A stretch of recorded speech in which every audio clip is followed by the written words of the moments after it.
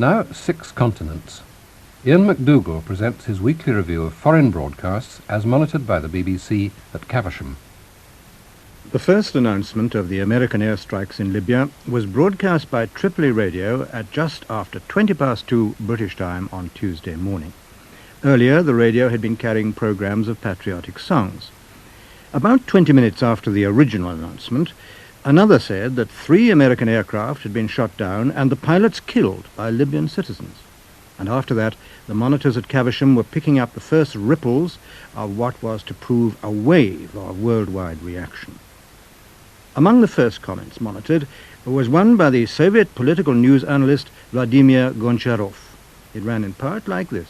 From rude and inadmissible verbal attacks against Libya and its leadership, from military demonstrations and provocations against that freedom-loving country, Washington has moved to naked aggression. Neo-globalism, the officially professed doctrine of the American administration, has started speaking in its true language, the language of bombs, flames, and death. The very same language that Washington used when dealing with Vietnam, as it scorched its people and its land with napalm. The very same language that it's using with free Nicaragua, while sending hired killers against the people there. The language of aggression by which it made short shrift of Grenada. It is too early to speak of the consequences of this new act of state terrorism by the United States, but this infamous action will certainly end in ultimate failure. From Syria, a country itself frequently suspected of harboring terrorists, the Home Service of Damascus Radio gave us this, some 6 hours after the attack. By its new aggression, the United States once again exceeds its responsibilities towards international security as a permanent member of the United Nations Security Council, ignores the UN Charter and international law, and disregards people's wishes, freedom, dignity, and national security. The Syrian Arab Republic strongly denounces this barbarous aggression against fraternal Libya, voices its strong and resolute support for Libya, and places all its facilities at the disposal of that country. It urges the Arab nation and its governments to realize the dangers of this aggressive act, to confront it, and to take all necessary measures to thwart it and foil its objectives. In Iran, a country friendly with both Syria and Libya, the Prime Minister, Hussein Mousavi, said that the American raid had endangered the security of the United States in the Islamic world. As heard in a transmission from Tehran, he went on, Reagan is now the real terrorist, who after this attack will suffer even greater disgrace in Islamic countries. The United States will receive a suitable response to its stubborn attitude. By attacking Libya, the United States has in fact attacked the whole Islamic world. From Israel, no friend of Libya, the radio gave us this first reaction. Prime Minister Shimon Peres says the United States attack on Libya was an act of self-defense. He said there is no doubt that the attack on the nightclub in West Berlin was carried out under orders from Libya and perpetrated by a Libyan. In the early comments, the only ones which touched specifically on Britain's role came from Moscow, which in one broadcast referred to our island as an unsinkable aircraft carrier, and in another said that the British government has once again shown that it obediently follows in the wake of the United States' adventurous policy, ignoring the opinion of its own people. London supported Washington's strategy of state terrorism, which poses a threat to peace throughout the world. Further afield, a spokesman for the Chinese Foreign Ministry, in an uncharacteristically prompt reaction, was monitored at Caversham as having told the New China News Agency, The use or threat of force can only further complicate an issue rather than facilitate its settlement. We ask the United States government to stop forthwith its encroachment upon the territory and sovereignty of Libya and call on the parties concerned to exercise restraint. From India, All India Radio reported the reaction of Prime Minister Rajiv Gandhi. Expressing profound shock at the bombing, Gandhi said that justification for it was sought in claiming that it was a retaliation for terrorist acts allegedly committed by Libya. He pointed out that the non-aligned movement had consistently condemned all forms of terrorism, whether committed by individuals or organized by states. He noted Libya's declaration that it had no links with the recent terrorist attacks. Moscow drew the attention of Italians to possible dangers arising from their American alliance. A commentary from Radio Moscow in the Italian language ran along these lines. Washington's campaign against Tripoli has also emphasized an alarming military and political aspect of relations between the United States and Italy. In other words, the use of bases in the Apennines by the United States and NATO, or to be precise, their use for objectives not within the jurisdiction of the North Atlantic Bloc. The serious nature of the problem became especially obvious to the Italians in the wake of events linked with the hijacking of the liner Achille Lauro, the interception by United States fighters of an Egyptian airliner in international airspace, and the subsequent forced landing in Sicily. A broadcast on the Home Service of Damascus Radio had earlier derided the American concept of the real meaning of terrorism. Voices are being raised in Washington to claim that terrorism is increasing. The United States concept of terrorism is very well known to all. For example, Israeli air attacks on civilians in southern Lebanon and the destruction of houses over the heads of their occupants are described as legitimate actions by the Reagan administration, and no one is permitted to object to them. But if a people calls for its legitimate rights, or if a state calls for its freedom and independence, the Reagan administration views this as terrorism.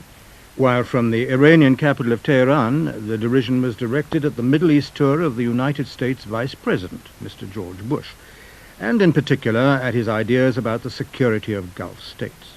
This then from a broadcast in Arabic. After the conclusion of his visit to the Kingdom of Saudi Arabia, Bush announced that Saudi security cannot be separated from the security of the United States. This statement indicates that the United States administration does not take seriously the people and countries of the region. Despite the long distance between America and the Gulf countries, and despite the differences in culture, we find that the Persian Gulf is nothing but a United States lake in American thinking. Before the American explosions on Libyan soil, there had been an American explosion, but this time nuclear, on American soil. A commentary on Soviet television had this to say. The new American explosion at the Nevada testing range cannot be regarded as anything other than an open challenge by Washington to world public opinion. In the American capital, they were unable or did not wish to avail themselves of the opportunity which was afforded by the unilateral moratorium on nuclear explosions. This was introduced and then twice extended by the Soviet Union and was in force for over 8 months. The further carrying out of nuclear explosions by the United States will force the Soviet Union to resume its tests. We regret this, but we shall be forced to do it as we cannot forego our own security and the security of our allies.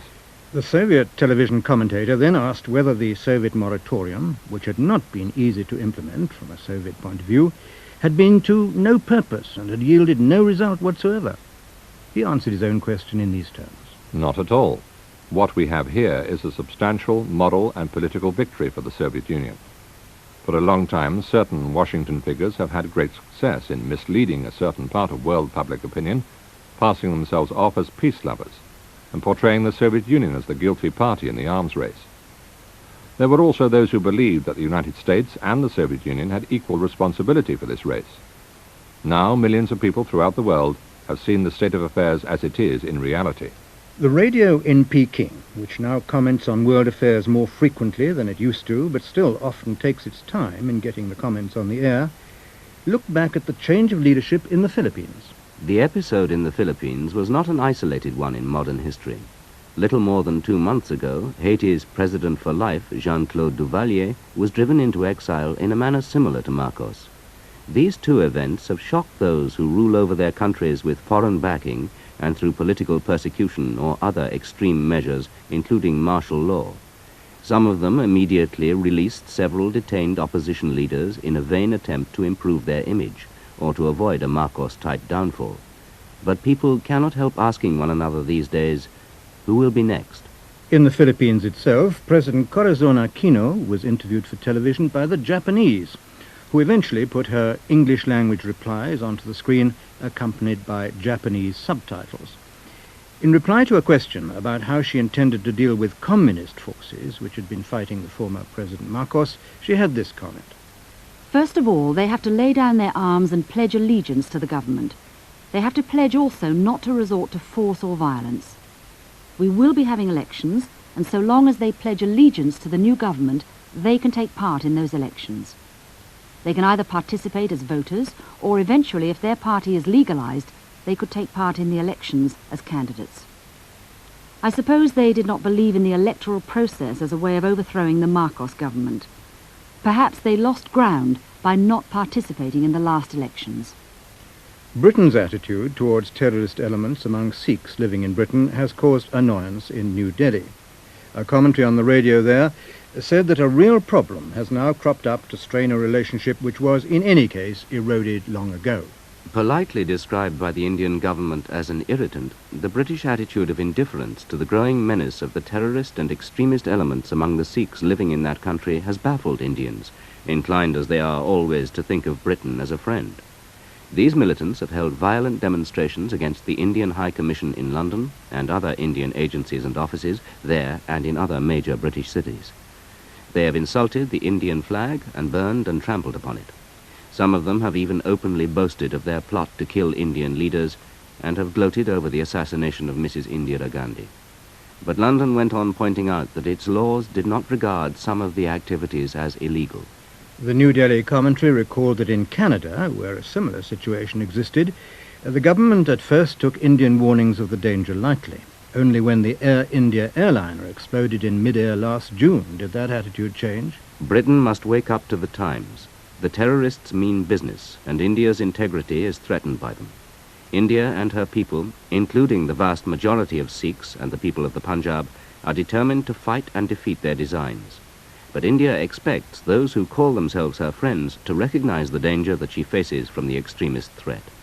Britain has to act, not just produce promises or excuses. In South Africa, where Mrs. Winnie Mandela seemed a few days ago to endorse the necklace killings practiced by blacks against blacks, a Johannesburg broadcast took a global view of terrorism that embraced the African National Congress, Colonel Gaddafi and Mrs. Thatcher. The fact that Libyan-trained ANC terrorists have been arrested in South Africa provides proof of the international aspect of terrorism. And the terrorism being perpetrated in South Africa is no different from that being experienced in countries throughout the world. The South African Minister of Information, Mr. Louis Lachransi, has said of Gaddafi that he's trying to export his madness to South Africa, and indeed that is precisely what is happening. What this should illustrate to Western countries who are victims of Libyan terrorism is that South African terrorism is no different, and this is where we come to the irony of the situation. British Prime Minister Margaret Thatcher calls for international cooperation to wipe out the scourge of terrorism. Yet, when it's pointed out to her that it is in London that the ANC has its headquarters, and it's from there that terrorists plan their campaigns of violence and disruption in South Africa, then suddenly this is no business of the British government. It's an exercise in cynicism and hypocrisy, and it is these double standards that enable terrorism to flourish. In Ethiopia, the country's Marxist leader, Lieutenant Colonel Mengistu Haile Mariam, has been reporting to his Central Committee. In the course of his speech, he touched on the famine, which became the subject of worldwide concern. In general, even though agricultural production this year is better than last year, owing to the improvement in the weather, it is still low when compared with the needs of the country. Our methods and efforts must therefore be improved and strengthened more than ever before. The current need for assistance in those areas of our country which have been repeatedly hit by drought has not decreased. So the daily aid program is continuing. Through the Relief and Rehabilitation Commission and other internal and external charitable organizations, more than 4 million people have been provided with food and other aid through distribution centers set up in 12 regions from July of last year to January this year. Nearly 158,000 children and old people who have been severely affected and who have no relatives to take care of them are being given the necessary aid. In the Soviet Union, the authorities have developed a computer which probes not only the mysteries of your body, but also those of your brain. A transmission based on TASS news agency material explains all. A multi-purpose computer system developed by Moscow scientists produces psychological portraits of patients together with the results of their medical examination. It has been put into operation in Moscow outpatients clinics and research institutes. After answering 300 questions put by the computer, the person under examination gets the opinion of an electronic psychologist about his character, inclinations, state of health, and also the degree of his compatibility with colleagues, as well as recommendations about his employment in a given collective. A beneficial microclimate in a collective is an important condition for unfolding man's capabilities for creative endeavor. Professor Vladimir Epstein, the Doctor of Engineering Science who took part in the development of the system, said, "Our computer system will make its contribution towards improving the moral climate in production. When installed in an office, This system is also convenient for carrying out general medical checkups on people. First results of the new system's operation in Moscow outpatients clinics have shown that it dramatically cuts the time needed for general medical examination and allows psychotherapists to see more than 10 patients a day. Patients in Soviet hospitals include those who haven't been paying enough attention to Mr. Gorbachev's drive against excessive alcohol consumption. The campaign seems to be having its ups and downs. A broadcast from Kiev noted that a third non-alcoholic wedding has been held in a local palace of culture, and from Kursk the word is that the drinking of spirits has declined by 20%. Elsewhere, however, the picture is clouded by numerous reports of backsliding. The radio in Leningrad, for example, gave us this comment based on readers' letters. The lovers of strong stuff are nowadays hiding from the eyes of others in their own flats or in those of their friends. Our postbag bears witness to this. In the letters we often read of addresses which have been turned into real dens by drunkards. We value such information highly. It was precisely due to the editorial postbag that workers in the Interior Directorate of the Frunze region traced the footsteps of one Stepanova living in Borovaya Street. As a result, information on her everyday behavior and on the behavior of her guests was sent to the comrades' court at her factory, so that measures of an educational nature could be taken immediately. Leningrad radio carried a report straight from a drying out station at the exact hour, 6:30 a.m., when the night's collection of drunks were being let out. The report ran like this. Before stepping out into the street, each of them was called to a desk for final questioning and punishment. If the guest was there for the first time, the officer on duty told him that he would have to pay 50 rubles, half of it for services and the other half as a fine. Second-time offenders were told that should they find themselves there a third time, their cases would be sent to a people's court.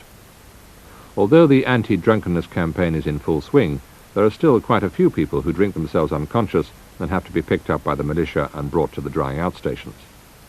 While in some places the number of drunkards has gone down, in others it has gone up. 50 rubles would be about a third of the man's monthly wages, assuming he's an industrial worker. From elsewhere in the Soviet Union, there have been reports of raids on home distillers, trials of bootleggers, and deaths of people drinking poison in mistake for alcohol. Hungary has the problem too. Budapest's Home Service broadcast this. There are an estimated 500,000 heavy drinkers in Hungary, and more of them are becoming alcoholics every year. 5 years ago, there were 200,000 registered alcoholics. Today, the figure stands at 422,000. Only a small proportion of these are being treated at the moment, and only 20% of those treated are cured. And so, from 6 continents this week, cheers.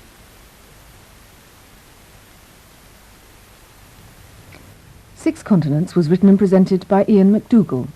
The readers were Clifford Norgate and Sean Barrett, and the programme was produced by Adam Rayful.